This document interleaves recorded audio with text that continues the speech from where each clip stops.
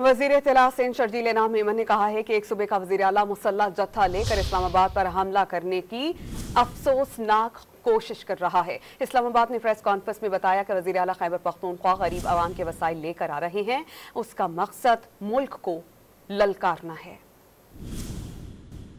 एक सूबे का वज़ीर आला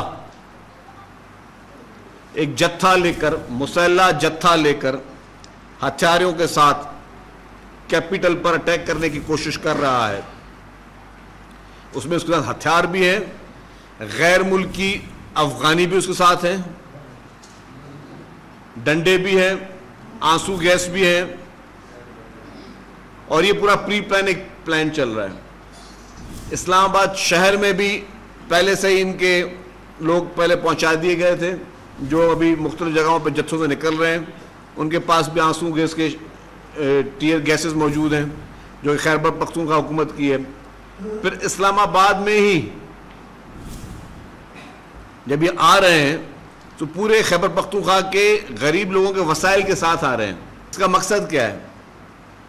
इसका मकसद है कि आप मुल्क को ललकार रहे हैं।